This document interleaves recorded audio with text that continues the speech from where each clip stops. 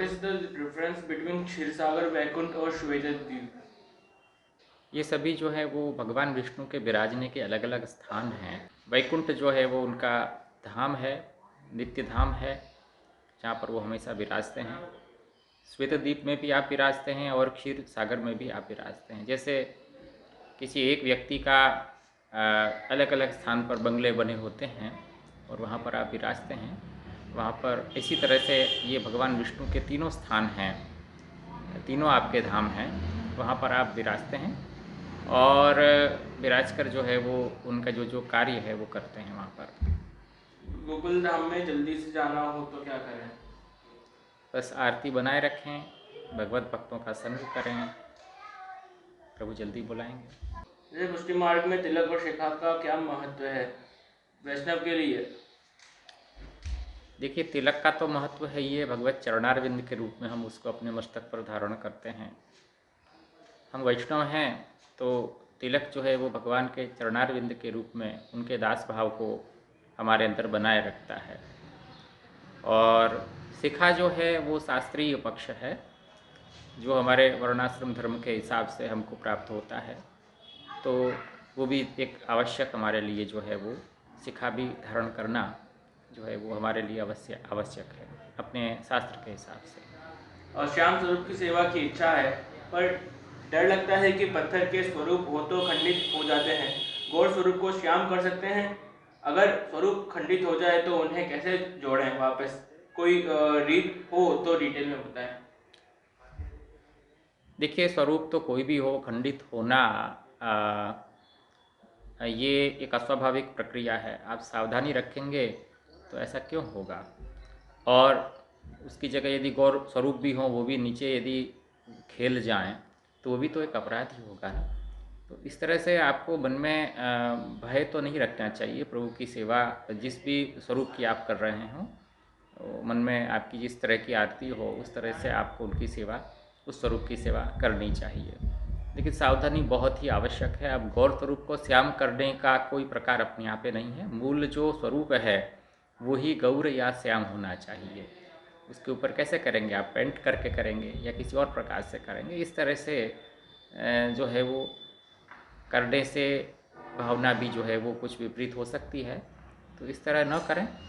और खंडित हो जाए इस तरह का मन में आप भाव ही क्यों रखते हैं, जो खंडित होने के बाद उसको जोड़ने की बात आप अभी पूछ रहे हैं? ऐसा आप मन में विचार ही न करें और निश्चित होकर प्रभु को पधराएं, सेवा करें। सेवा सावधान वह साधो अंबर भोग आभरणम। तो सेवा को में सावधानता बहुत जरूरी है, वो रखें। नष्ट चलता चलता कराएं, सर्वोत्तम स्तोत्र चलता चलता कराएं। मुझे लगता है कि आप घर में हों, घर के अपरस में हों, और वहाँ तो आप कर सकते हैं, ज़ोर से भी बोल के कर सकते हैं।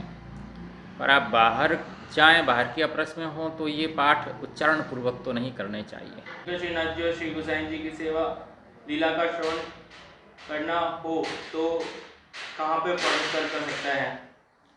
देखिए, 84-252 वैष्णवों में, खास करके 252 वैष्णवों में जहाँ जहाँ पे ये प्रकार बताया गया है, वहाँ वहाँ आप श्रीनाथ जी और श्री गोसाई जी की जो लीला है उसका अवलोकन कर सकते हैं। और श्रीनाथ जी की प्रागट्य वार्ता में भी कुछ स्थलों पर इसका उल्लेख है। तो इस तरह कोई एक पुस्तक इस विषय में छपी नहीं है, परंतु अलग अलग स्थानों पर उल्लेख है, वो आप देखें। प्रभु गीता जी में कहते हैं योगक्षेमम वहाम्यहम्, प्रभु जो चाहेंगे वही होगा। तो हम कैसे सोचें कि प्रभु को श्रम ना होए? देखिए, प्रभु करते हैं, सभी करेंगे, ये मन में विश्वास है। लेकिन इसके लिए ये इस निश्चितता को रखने के लिए है कि हम जो हैं वो अपने तन मन को लौकिक कार्यों में, वैदिक कार्यों में व्यग्र न करें। हम अव्यग्र होकर अपना जो नित्य कर्म है, नित्य जो आपका व्यवसाय भी है, उसको आप करते रहें अव्यग्र होकर। चिंता करके किसी कार्य को नहीं करना है, सहज रूप में हमें कार्य करना है। प्रभु तो सबका निर्वाह करते ही हैं। हाँ, हमारा मूल लक्ष्य उनका अनन्यास चिंतयन्तो माम, इस तरह, इस भाव पे होना चाहिए, न कि योगक्षेमम वहाम्यहम्। यहाँ पे हमारा ध्यान नहीं होना चाहिए। हमारे घर पे पहले एक गाय ब्यासी थी, तो वह वाकई बछड़ी सिधार गई, तो अब क्या करें। और मोकू मेरे प्रभु को वैभव बढ़ावे को मन है, तो मेरे घर वाले कहते हैं कि जितनो हो सके उतनो ही करनो, तो क्या करें। क्या मेरो भाव गलत है कि सही है। और मोकू पादुका जी में आ सकती है और मेरे पास पादुका जी नहीं विराजते हैं, तो क्या करें। देखो, गाय है तो भले अब बछड़ी अब नहीं रही, लेकिन बाकी सेवा तो आप कर ही सको, करो आप बाकी सेवा। और मन में आपकी भावना है कि अपने प्रभु को वैभव बढ़ाना, अच्छी बात है, होना भी चाहिए। परंतु ये भी आप ध्यान रखो कि आगे भी आपके परिवार वाले वाकू निभाव कर सकें, तो उतनो ही वैभव बढ़ाओ, धीमे धीमे बढ़ाओ, जितनो आप वाकू संभाल सको। ऐसा नहीं है कि जितनो है उतनो ही रखना चाहिए, आगे बढ़ने की भावना नहीं रखनी चाहिए। निश्चित ये पुष्टि मार्ग है, या मैं तो प्रभु विषयक विविध मनोरथ करने ही चाहिए, ये आपको भाव बिल्कुल उचित ही है। परंतु घर वाले मान नहीं रहे हैं तो कोई बात नहीं, धीमे धीमे जब आपके हाथ में घर आवे तब भावना रखियो ऐसी कि आगे जाके ये हम प्रभु को ये विशेष जो है वो सेवा सामग्री को अंगीकार जरूर कराएंगे। पादुका जी में आ सकते हैं। पादुका जी की आसक्ति है तो वो तो पादुका जी को तो कोई प्रकार वैष्णवन के यहाँ पधराने को कोई प्रकार अपने आप में नहीं है। अपने जो प्राचीन आचार्य चरण श्री गुसाई जी और दूसरे बालकन के जो पादुका जी हैं वो केवल गोस्वामी बालकन के ही घर में विराज रहे हैं। तो वाकु तो आप मानसी में आप चिंतन करके और आप अपनी भावना को पूर्ण करो। जैसे ठाकुर जी के चरण स्पर्श श्रृंगार हो जाए उनके बाद में करते हैं, तो चरण स्पर्श करने के वक्त ओढ़नी के अंदर हाथ करके चरण स्पर्श करें कि ओढ़नी के ऊपर से भी कर सकें। मूलतः ये है कि प्रभु को सुख रहे, ये कोई प्रभु के सुख की क्रिया तो नहीं है कि हम उनके चरण को स्पर्श कर रहे हैं, ये तो अपने लिए हम कर रहे हैं। तो चाहे ऊपर से करो चाहे अंदर से करो, प्रभु को असुख नहीं होना चाहिए। अब शीतकाल है जैसे, तो वहाँ में तो ऊपर से ही करना उचित है, वहाँ तो गद्दल भी धरा हुए, फरगुल भी धरा हुए हैं, लेकिन फिर भी प्रभु के सुख को विचार करके अपने हाथ को अंदर हम स्पर्श नहीं करें और ऊपर से ही हम चरण स्पर्श कर लें। और भावना से तो सब सिद्ध ही है, यानी ये ऐसा भी नहीं है कि साक्षात प्रभु को स्पर्श होना ही चाहिए। प्रभु को सुख मुख्य है मूलतः। गुरु को गुरु के सन्मुख कैसे संबोधन करना हो। गुजरात में तो सब जय जय कहे हुए हैं, पर जय जय के अलावा उत्तम क्या। 252 वैष्णव गोसाई जी तो को कैसे संबोधन करते होंगे। जय कृपानाथ करके सबसे आदरणीय और सरल रीत क्या। कहते हैं गुरु का नाम अपने मुख से नहीं लेना चाहिए। ये बात सही है, गुरुदेव के नामोच्चारण अपन जो है वो नहीं कर सकते हैं, नहीं करना चाहिए। आदर, क्योंकि हमारा आदर भाव है उनके अंदर, ये शास्त्रीय प्रकार है। परंतु संबोधन क्या है कि कोई भी जो आपके हृदय में आवे ऐसा आदरणीय संबोधन आप करें, उसमें हमें कोई बांधा नहीं है। 84-252 वैष्णव में जयराज, महाराजाधिराज, महाराज आदि सब प्रकार आवे हैं, परंतु आपको जो अच्छो लगे, जय जय अच्छो लगे, गुरुदेव अच्छो लगे, हे प्रभु, जो ये कोई भी संबोधन आप उनको प्रेम से जो आप करना चाहें वो कर सकें। आपके मन में सहजता होनी चाहिए, प्रेम होना चाहिए, आदर होना चाहिए, बस। अगर वैष्णव सॉफ्टवेयर इंजीनियर, आर्मी या IISc या बड़ी यूनिवर्सिटी का प्रोफेसर है, तो उसे अपने कर्म ही ठाकुर जी सेवा माने, क्योंकि आर्मी में तो टाइम नहीं मिलता, प्रोफेसर को रिसर्च बिजी रहते, तो टाइम नहीं मिलता स्वरूप सेवा के लिए। नाम लेना ही उचित है प्रभु का। बिल्कुल, यदि आपकी कोई इस प्रकार की आपकी जॉब है कि जिसमें प्रभु सेवा का समय आपको नहीं मिल रहा, तो मन में ये भाव रखें कि भाई हम अपने भारतवर्ष के लिए ये कार्य कर रहे हैं, तो परंपरा से वो जो है वो एक देश की सेवा के रूप में भी हम उसे देख सकते हैं। ऐसे व्यक्तियों के लिए तो फिर जो है वो प्रभु के नाम या प्रभु की कथा पक्ष का ही ग्रहण करना उचित रहेगा। फिर कभी उनको ऐसा समय मिले कि वो प्रभु सेवा कर सकें, ऐसा भाव मन में रखें। मैं 21 वर्षीय ब्राह्मण कुल से हूँ, मेरे यज्ञोपवीत भी नहीं हुआ, क्योंकि हमारे यहाँ भाई का यज्ञोपवीत बहन का विवाह में होता है, वो अभी तक हुआ नहीं है। तो ऐसे में ब्राह्मण कुल के मर्यादा अनुसार क्या कर्तव्य करना चाहिए। संध्या आदि तो शक्य नहीं है। नहीं, बिल्कुल, ये आप देखिए, ब्राह्मण यदि आप हैं तो आपको ये जो उपनयन का प्रकार है वो करा लेना चाहिए। यद्यपि ये देखा गया है कि आजकल बहुत से ब्राह्मण कुलों में विवाह के समय अपने घर में कोई उत्सव हो, अपना विवाह वगैरह हो, उस समय ये कराया जाने वाला उत्सव है या प्रकार है, ऐसा माना जाने लगा। लेकिन ये उचित नहीं है। भले उसको बड़े रूप में न करके छोटे रूप में ही केवल दीक्षा के रूप में, केवल उसको संस्कार के रूप में जो है वो यदि हम करें और करना चाहिए तो उसे कर लेना चाहिए। जो भी ब्राह्मण वैष्णव हैं उनको अपने बच्चों का उपनयन अधिक से अधिक 15 वर्ष तक की उम्र में जो है वो करा लेना चाहिए। और संध्या वंदन भी शक्य हो तो कराना ही चाहिए, और त्रिकाल नहीं हो तो कम से कम एक काल तो वो संध्या करें ही, ऐसा आग्रह रखना चाहिए। आपके विषय में मेरा ये मानना है कि आपको भी संध्या वंदन आप यज्ञोपवीत करा लें, उसकी भी प्रायश्चित विधियाँ भी होती हैं। तो आपके यहाँ कोई सुयोग्य वैदिक ब्राह्मण हो, उससे आप पूछकर ये संध्या वंदन का जो आरंभ है वो पहले उपनयन कराएं और संध्या वंदन भी आप शुरू करें, और ये परंपरा जो है वो चालू रहे तो अच्छी बात है। कौन कौन से दिन मुठिया उबारना? जिस दिन अपने प्रभु को हम आरती चूर्ण की करते हैं, लगभग बड़े उत्सवों में महाप्रभु जी, श्री गोसाई जी, जन्माष्टमी, राधाष्टमी इत्यादि में सभी आते ही हैं। और अपने प्रभु का पाटोत्सव का दिन हो, जन्माष्टमी के वगैरह के पलना हो, इन सभी में ये जहाँ जहाँ पे चूर्ण की आरती आती है खास करके, वहाँ तो ये मुठिया को जो है वो अपन को उतारना ही चाहिए। और भी कुछ उत्सव ऐसे हो सकते हैं जो मेरे ध्यान में नहीं हो, लेकिन ये मूलतः ये सारे उत्सवों में तो चूर्ण की आरती होती है, और चूर्ण की आरती होती है तो वहाँ पर मुठिया बारने की जो रीत है वो स्वाभाविक होगी। श्रीनाथ जी, चरित्र पुस्तक कौन सा पढ़ना चाहिए? वैष्णव को वार्ता जी शिक्षा पत्र का पान करना चाहिए, तो क्या महाभारत पढ़ सकते हैं? श्रीनाथ जी चरितामृत की अनेक पुस्तकें भी हैं, श्रीनाथ जी का प्रागट्य वार्ता भी है। यद्यपि कुछ अंश उसमें इतना समझ नहीं आता, लेकिन फिर भी जितना भी उसमें से हम देख सकते हैं वो श्रीनाथ जी का जो है वो प्राचीन चरित्र है उसमें। और बिल्कुल महाभारत, रामायण वगैरह ग्रंथ भी हम लोग पढ़ सकते हैं। लोगों में ये जो भ्रांति है कि महाभारत घर में रखने से झगड़ा होता है या बाँचने से झगड़ा होता है, परंतु महाप्रभु जी तो महाभारत को भी प्रमाण रूप में मानते ही हैं, एक प्रामाणिक शास्त्र है, और उसके अंदर हमें बहुत सी लौकिक, वैदिक और अलौकिक शिक्षाएं मिलती हैं। तो निश्चित हमको ये बाँचना चाहिए और उससे हम काफ़ी सारी चीज़ें सीख सकते हैं।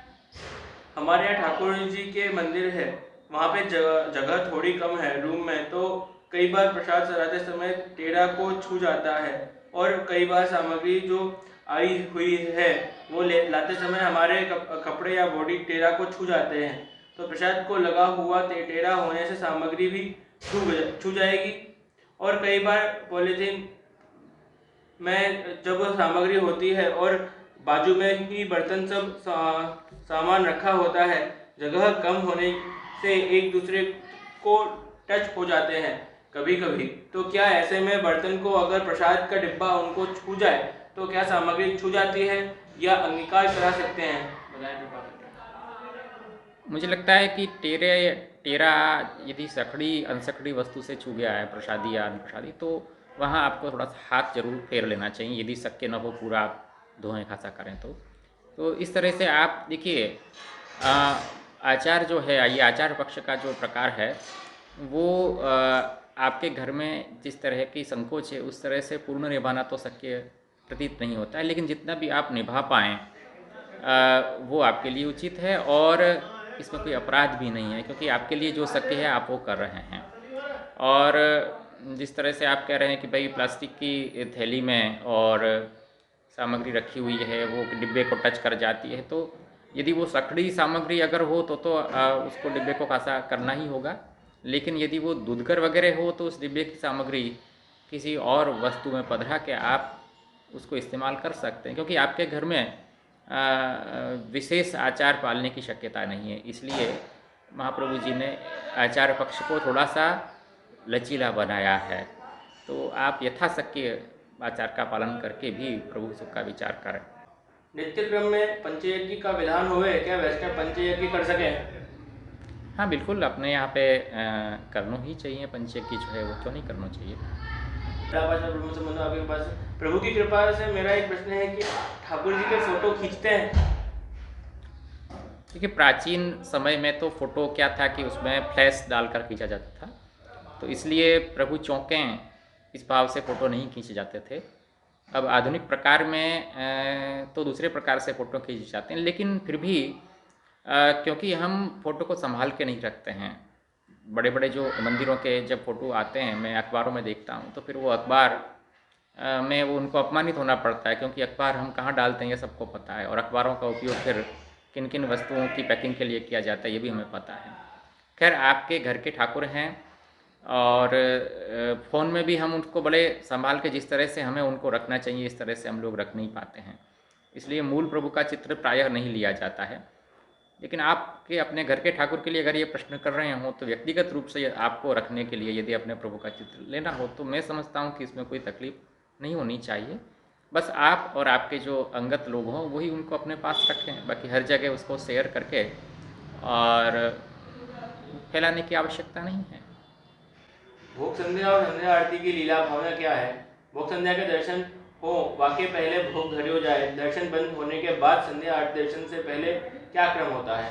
इस समय श्रृंगार बड़े करने का क्रम तो नहीं हो सकता क्योंकि अभी तक प्रभु घर में पधारे नहीं है। क्या बताइए? वनस्थ निकुंजन में श्री गिरिराज जी की निकुंजन में सामनी जी के संग विराजते प्रभु वन फल फूल अंगीकार करे हैं और पुलिंदी जी की भावना से ये भोग आवे है। वह के बाद प्रभु जब व्रज में पधार रहे हुए हैं तो वह समय अनेक व्रज भक्त जो हैं वो उनकी राह देख के अपने अपने घर के दरवाजे पे ठाड़े भये हुए हैं और उनको वो स्वागत सत्कार जो है प्रभु उनको करे हैं। तो ये भोग को प्रकार जो है वो उनके संग जो श्रीमद् भागवत में लिखे हुए कि तत्सत्कृतिम समधिगम्य विवेश गोष्ठम, तो उनकी सत्कृति जो उन्होंने सत्कार किया है गोपीजनन ने, वो सत्कार को लेके आप जो है वो फिर जो है वो विवेश गोष्ठम अपने जो घर में या आप अपने व्रज में जो है वो प्रवेश करें। तो ये भोग को प्रकार उन व्रजभक्तन के यहाँ पे सत्कृति को प्रकार है, उनको सत्कार कर रही हैं, तो वहाँ में कछु अनशकड़ी भोग वास्तव में रखो जाए है। तो वाकई बाद में जो है वो प्रभु अपने घर पधार रहे हैं, अपने घर पधारे हैं और वहाँ पे जो है वो संध्या आरती श्री यशोदा जी लिए ठाड़ी हैं, वो संध्या आरती आप करें। जैसे हमारे निकट में एक पुष्टि मार्गीय वैष्णव के बच्चे सब गौड़ीय वैष्णव बन गए, तो उनके पुष्टि स्वरूप की सेवा उनके बाद ये कर सके हैं या नहीं? अब यदि वो ये प्रश्न ऐसा व्यक्तिगत है कि वो अपने गुरु से आज्ञा लेके यदि करें तो ज़्यादा उचित है, स्वयं उनको अपने मन से करना उचित नहीं है। उनके गुरुदेव जो भी हों उनसे एक बार वो आज्ञा लें और वो जैसे आज्ञा करें ऐसे करें। मैं 12 वर्ष का बालक हूँ, मेरा ब्रह्म संबंध भी हो चुका है, मगर मैं सेवा में नहीं नहा सकूँ हूँ, इसलिए मैं रोज पेड़ों की देखभाल इस भाव से करता हूँ कि वे ठाकुर जी के हैं और जब इनसे फल फूल आवेंगे तो वो ठाकुर जी को अंगीकार होंगे। क्या ये सेवा मान सके हैं? नहीं, बहुत सुंदर भावना है तुम्हारी भाई, निश्चित ये सेवा ही है। ऐसी बहुत चीज़ आप कर सको, आप अपने प्रभु की सेवा बाजार से कोई वस्तु लाके भी कर सको, वो भी सेवा ही है। फूल की सेवा करो वो भी सेवा ही है। वृक्ष की सेवा के अंदर आपके अंदर ये भावना आ रही है, बहुत अच्छी भावना है, निश्चित ये सेवा के अंतर्गत ही है। श्रृंगार रस मंडन ग्रंथ के पाठ को कोई नियम होते हैं ऐसा मैंने सुना है, यह नियम क्या है? देखिए इसका नियम तो केवल यह है कि रसिकता हृदय में होनी चाहिए और रसिका काम वर्जिता, हृदय में सारी कामनाएं लौकिक खत्म हो जाएं तब ये रसिकता हुई मानी जाती है। तो श्री गोसाई जी ने भी ये आज्ञा श्रृंगार रस मंडन के आदि में की है, पश्यंतु रसिका स्वैरम, जो रसिक जन हो इसको वो स्वैरम अर्थात जो है वो स्वच्छंद इसको देखें, परंतु एतद रसान विज्ञस्तु माँ द्राक्षीदपि वैष्णव, ये रस को न जानता हो वो इसको वैष्णव होता हुआ भी न देखे। तो रसिकता होनी चाहिए, अर्थात प्रभु की लीला में जरा भी काम भाव या अन्यथा भाव न आए, तब ये लीलाओं को पढ़ने के हम अधिकारी होते हैं। हमारे घर में बड़े कहते हैं कि थर्सडे को हेयर वॉश नहीं करते, सैटरडे को नेल कट नहीं करते, अमास को घर की सफाई करते नहीं करते आदि। ये सब अन्याश्रय कहें कि नहीं? अपने यहाँ ये सब फॉलो करना चाहिए, कृपा कर बताएं। इसमें अन्याश्रय की कोई बात ही नहीं है, क्योंकि जहाँ हम किसी देव का आश्रय करते हैं सकाम भाव से और वैसे भी, तो वो अन्याश्रय की श्रेणी में आता है। लेकिन ये सारे प्रकार, कुछ प्रकार इसमें शास्त्रीय भी हैं, जैसे इस दिन तेल नहीं लगाना, इस दिन नाखून नहीं काटने, वगैरह वगैरह प्रकार हैं। तो ये प्राचीन परंपरा से आपके घर में होते आए हैं, तो इनको आपको फॉलो कर लेना चाहिए, इसमें कोई तकलीफ वाली बात नहीं है। हमारे यहाँ मिश्री भोग की सेवा है, लेकिन जब हमारे यहाँ एक वैष्णव सकड़ी भोग की सेवा के लालन पधराते हैं तो हम हमारे लालन को भी साथ में सकड़ी ही अरुगाते हैं। क्या ये सही है? देखिए, मेरे हिसाब से तो ये सही नहीं है, क्योंकि आप यदि दूसरे वैष्णव पधारते हैं तब सकड़ी अरोगा सकते हैं, तो आप रोज़ अपने ठाकुर जी को क्यों नहीं अरोगा सकते। और दूसरी बात यह है कि यदि आपने मिश्री भोग की आज्ञा अपने गुरुदेव से ली है, तो आपको ये भी आज्ञा लेनी चाहिए कि हम इस प्रकार कोई वैष्णव आए तो सकड़ी धरें कि न धरें। उनकी आज्ञा लेने के बाद ही आपको ये कार्य करना चाहिए। क्या वैष्णव को श्री श्री रविशंकर और सदगुरु जबकि वासुदेव जैसे वक्ताओं को सुनना चाहिए जो धर्म के अनुकूल हैं, या वो मर्यादा मार्गी हैं तो नहीं सुनना उन्हें? उनका योग भी हमें आकर्षित करता है, और अन्य भक्ति के मार्ग भी क्या मर्यादा मार्ग हैं क्या? क्योंकि वो भी भक्ति को ही मोक्ष मानते हैं। देखिए, अन्य भक्ति के मार्ग जो हैं वो निश्चित प्रभु की प्राप्ति कराते हैं, ऐसा उसमें हमें कोई संदेह नहीं है, क्योंकि वो भी शास्त्र के अनुसार ही अपने सिद्धांतों को प्रतिपादन किए हुए हैं, उनके आचार्यगण भी। तो उनको जो भी उनके सिद्धांत के हिसाब से चलते हैं वो निश्चित भगवत प्राप्ति करते हैं। परंतु हम ये मानते हैं कि पुष्टि प्रभु जो रसात्मक पुष्टि पुरुषोत्तम हैं, जो स्वरूप के आचार्य चरण ने बताया है, उसकी प्राप्ति वो लोग भी नहीं कर पाते हैं। दूसरा प्रश्न ये है कि अन्य वक्ताओं को सुनना चाहिए कि नहीं जिनसे आपको प्रेरणा मिलती है। मेरा ये मानना है कि महाप्रभु जी के, श्री गोसाई जी और उनके परवर्ती आचार्यों के ग्रंथ ही इतने प्रभावशाली हैं, यदि आप उनको ध्यान से पढ़ें तो आपको उनसे भी बहुत प्रेरणा मिलेगी। दूसरे वक्ताओं में सुनने में समस्या ये है कि वो शास्त्र के हिसाब से कह रहे हैं कि नहीं, ये आपको मालूम नहीं पड़ने वाला है। कोई भी बात वो कहते हैं, हाँ लॉजिकली या तार्किक रूप से अच्छी हो सकती है, लेकिन ज़रूरी नहीं है कि वो शास्त्र में भी वैसी ढंग से कही गई हो जैसा वो कहते हैं। मैंने भी इन लोगों को सुना है, लेकिन कहीं कहीं इनकी बातों में अशास्त्रीयता की गंध मुझे दिखाई पड़ती है। इसलिए इनके सुनने में अगर आप एक दृढ़ शास्त्रीय पक्ष वाले व्यक्ति हों तो कोई बुराई नहीं है, लेकिन यदि आप इनको सुन के भटक गए तो फिर जो है वो आपका लक्ष्य बहुत दूर हो जाएगा आपसे, आप पथभ्रष्ट हो जाएंगे। इसलिए आपके अंदर ये विवेक हो कि शास्त्रीय अशास्त्रीय ये कौन सी बात कर रहे हैं, तो आप सुन सकते हैं, लेकिन जब आप इस वेद को नहीं जानते तो सुनने में एक खतरा तो है ही है। तो ये संध्या वंदन कैसे करें हम? आप कृपानाथ किसी के हेल्प से तो प्रैक्टिकल करके बताएं। आपको कृपा। देखिए, आपके यहाँ भी कुछ ब्राह्मण होंगे, वो भी संध्या वंदन वगैरह करते होंगे, यद्यपि ये अपने अपनी शाखा के हिसाब से होना चाहिए। अगर आपके ही कुल में, आपके ही वंश में कोई ऐसा हो जो संध्या वंदन करते हों, तो आप उनसे ये सीखें, वो ज़्यादा उचित है, क्योंकि वो आपकी शाखा के हिसाब से करते होंगे। और यदि नहीं हो सकता है ऐसा, तो आप अपने आजू बाजू में कोई न कोई ब्राह्मण होंगे ऐसे वैदिक विद्वान, उनसे आप ये कर्म सीखें, ये ज़्यादा उचित है। कृपा करके आगे करके ग्रहण सूतक बाधक में शैम्पू, सोप, क्रीम ऐसे कॉस्मेटिक छू जाते हैं या नहीं? क्या सूतक बाधक के लिए अलग से शैम्पू, सोप सब रखना चाहिए? ग्रहण के समय ये सब जो लिक्विड वगैरह वस्तुएं हैं जिनसे हम अपना सिर वगैरह प्रक्षालन करते हैं, माथा धोते हैं, उनको हमें जो है वो कंतन से ढांक के रखना चाहिए और उनके ऊपर कुछ रख देना चाहिए जो ग्रहण के अनंतर हट जाना चाहिए, क्योंकि इन सभी को हम निकाल नहीं सकते हैं। व्यावहारिक ये पक्ष नहीं होता है असल में, तो इसलिए जो शक्य हो वो हमें करना चाहिए शास्त्रीय पक्ष के हिसाब से। जितना आचार हमसे शक्य हो वो हमें करना ही चाहिए। और दूसरी बात यह है कि सूतक के समय यदि आप सूतक के बाद या ग्रहण के बाद इनको स्पर्श करें तो निश्चित वो बोतल वगैरह को आपको नहीं स्पर्श करना चाहिए, या तो किसी और के द्वारा या पहले से आप उसमें से कुछ निकाल के रख लें, वो ज़्यादा उचित रहेगा।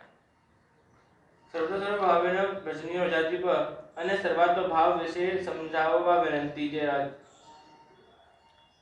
सर्वात्म भाव का सामान्य अर्थ है कि सर्वेषु आत्मभावः, सभी में जो है वो आत्मा अर्थात कृष्ण का जो भाव उत्पन्न हो जाए जब भक्त को, व्यसनावस्था के अंतर ही ये चीज़ हो सकती है, तो उसको सर्वात्म भाव कहते हैं।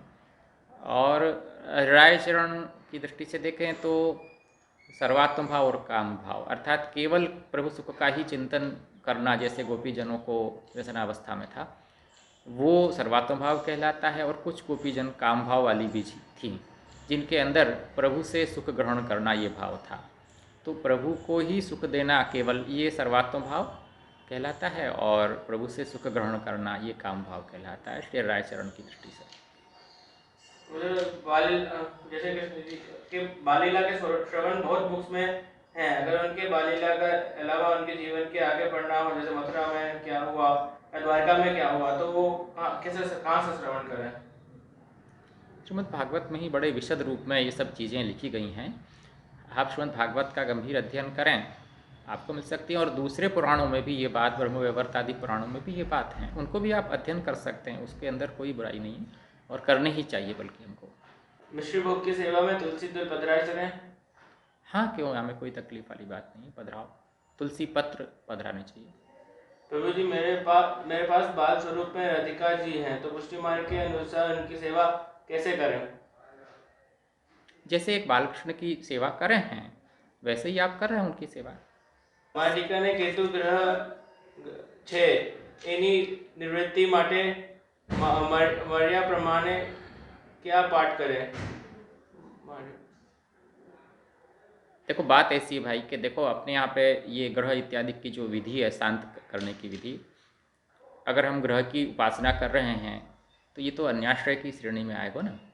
तो ये अन्याश्रय की श्रेणी में आने से हम या को आश्रय नहीं कर रहे हैं इन विधानन को, राहु का है या केतु आगे है। सबसे बड़ी बात है कि प्रभु को आश्रय दृढ़ प्रकार पकड़ के हम रखेंगे तो ये केतु राहु वगैरह कुछ हमें कर नहीं पाएंगे। ये निश्चित सिद्धांत है। आप विश्वासपूर्वक केवल कृष्ण के आश्रय में आके निश्चिंत हो जाएं, इतना आपको करना है। जैसे एक माँ की गोद में आके छोटा बच्चा कैसे निश्चिंत हो जाए, आपको फिर कोई भय नहीं लगे है, चाहे कोई सांप हो चाहे शेर हो। ऐसे ही ये राहु केतु भले आपकी कुंडली में बैठे भय हों या आपके बालक की कुंडली में बैठे भय हों, पर आप प्रभु की शरण में निश्चिंततापूर्वक एक बालक की तरह आ जाओगे तो निश्चित प्रभु जो है वो आप को अपने शरण में रखेगा। और ये सब चीज़ें तो उनके लिए कुछ भी नहीं है। यदि भी ये भावना रख के हम शरण में नहीं आ रहे हैं, परंतु जैसे एक बालक को भय लगे तो माँ की गोद में स्वाभाविक रूप से आ जाए है, ऐसे हमारे अंदर कोई भी भय इत्यादि को उत्पन्न हो रहे हैं तो हम स्वाभाविक रूप से प्रभु के चरणारविंद में आकर निश्चिंत हो जाएं। अभी मैं शरद मांडवी ने जो श्रीमद् भागवत गुजराती अनुवाद लिखा हुआ है और मैं अभी पढ़ रहा हूँ, वहाँ में काफ़ी कुछ समझ में भी नहीं आ रहा है। तो क्या आप ऑनलाइन श्री भागवत पढ़ाई की कृपा करेंगे, जैसे सत्संग भी हो जाए और पाठन भी हो जाए? और यदि आपके मुख से सुनेंगे तो थोड़े कुछ भी अभी समझेंगे और प्रभु कृपा से भक्ति भी बढ़ेगी। सही बात है, ऐसा होना ही चाहिए। हमको भी श्रीमद् भागवत को कीर्तन करने को एक अवसर प्राप्त होगा, परंतु ये प्रकार शक्य नहीं है क्योंकि जो जीवन शैली है हमारी, वहाँ में ये नित्य को प्रकार बनाना थोड़ा मुश्किल है। तो या के लिए सलाह आपको ये है कि आप अध्ययन करें अपने आप बैठ के, और जहाँ जहाँ भी तकलीफ हो वहाँ आप पूछें तो वहाँ हम उत्तर देंगे। અત્યારે તલની સામગ્રી ધરાય કે છઠ્ઠીલા એકાદશી અને ઉત્તરાયણ પર ધરાય? नहीं, अभी भी आप रख सको हो क्योंकि अभी शीतल सामग्री अपने शीत उपचार के रूप में जो हैं वो शीतलता के उपचार के रूप में ये सब सामग्रियाँ आ सके हैं। गुड़ की जो सामग्री है वो भी आवे है, तिल की सामग्री भी आ सके है। हाँ, उन दिन तो विशेष रूप से जरूर रखनी, ये जरूर विधान है। ठंडी में ठाकुर जी गुनगुने जल धर सकते हैं? क्योंकि जल में यमुना जल की भावना हो वह है करके वाकु गुनगुनो तो नहीं करे हैं, परंतु वाकु ऐसे स्थान पर रखें कि जहाँ वो ठंडो नहीं होए, तांबे वगैरह की स्टील वगैरह की गागर में या प्रकार से रखें कि वो जल में शीतलता की मात्रा बहुत कम हो। कृपानाथ, मैं मारा गुरु घરની सेवा કરી પણ હવે સેવા છૂટી ગઈ, મને ખૂબ જ દુઃખ થાય છે। હવે સેવા પછી કરવી છે તો હું શું કરું? देखो भाई, ये तो आपको व्यावहारिक प्रश्न है। जिन कारणन से वो सेवा छूटी उन कारणन को अन्वेषण करो और उनको दूर करो, और यदि गुरु की आज्ञा से छूटी है तो फिर गुरु को प्रसन्न करना पड़ेगा आपको। तो जो भी मूलतः जो भी आपको कारण है, आप अपने अंदर कारणन को चिंतन करो, हृदय में ताप भाव रखो कि भाई प्रभु मेरे से फिर गुरु की सेवा कराएं, और साथ में जो कारण हैं उनको आप निवारण करो। हमारे घर में दो स्वरूप विराजते हैं, तो क्या उनको पुष्ट करना उचित होगा? क्या हम एक से ज़्यादा ठाकुर जी की गृह सेवा में रख सकते हैं? बिल्कुल रख सकते हैं, विराजते ही हैं कई वैष्णवों के यहाँ, कई बालकों के यहाँ। लेकिन मेरा इसमें ये कहना है कि जिस स्वरूप में विशेष आसक्ति हो आप, वो एक स्वरूप को पुष्ट कराएं, तो उसमें क्या है कि आप एक स्वरूप में अपनी आसक्ति को बनाए रख सकते हैं। आसक्ति फिर दूसरे स्वरूप में जाएगी तो वो आपकी एकाग्रता एक स्वरूप में एकासक्ति नहीं बन पाएगी। जैसे मार्गशीर्ष महीने में सुबह जल्दी राजभोग कौन से दिन धराए जाते हैं? अपने यहाँ घटाओं का जो क्रम रहता है, जो टिप्पणी वगैरह में भी उल्लेख होता है कि आज लाल घटा है, आज हरी घटा है, या आज जो है वो पीली घटा है, तो वो घटाओं के दिन राजभोग में जल्दी जो है वो राजभोग कराने की जो भावना है वो निकुंज भावना के हिसाब से होती है। प्रभु में जिसका जन्मदिन होता है वो लोग केक काटकर मोमबत्ती बुझाकर मनाते हैं, लेकिन हम प्रभु के वैष्णव हैं तो हमारा जन्मदिन आता है तो हम जितने साल के हुए तो उतने दीपक प्रगटा सकते हैं। देखो, कोई भी प्रकार आप कर सकते हो। अपने प्रभु के साथ हम हर उत्सव को मनाते हैं, तो मूल ध्यान हमारा जन्मदिन हम मना रहे हैं ऐसा नहीं है, पर प्रभु के साथ उस उत्सव को हम मना रहे हैं, उस प्रसंग को हम जो है वो उत्साह से हम मना रहे हैं। तो प्रभु को आप सामग्री अरोगाओ और उसका प्रसाद सब वैष्णवों को ले आओ, दीपक प्रगटा दो, उसमें कोई तकलीफ वाली बात नहीं। माला प्रधान पुष्टि मार्ग का ही प्रकार है जीव के लीला में पहुंचने के बाद, कुछ आचार्यों द्वारा मनाही है क्योंकि इसमें प्रभु सुख का विचार नहीं है। महाप्रभु जी के, गोसाई जी के समय इतना विस्तृत रूप में था नहीं, या बिल्कुल वार्ता जी में तो इसका उल्लेख नहीं आता है। कृष्ण भट्ट जी की वार्ता में इसका मूल माना जाता है कि जब कृष्ण भट्ट जी लीलागमन कर गए थे तो उनके पुत्रों ने बड़ा उत्सव मनाया था कि वो लीलागमन किए हैं, उनकी वार्ता में आप देखें।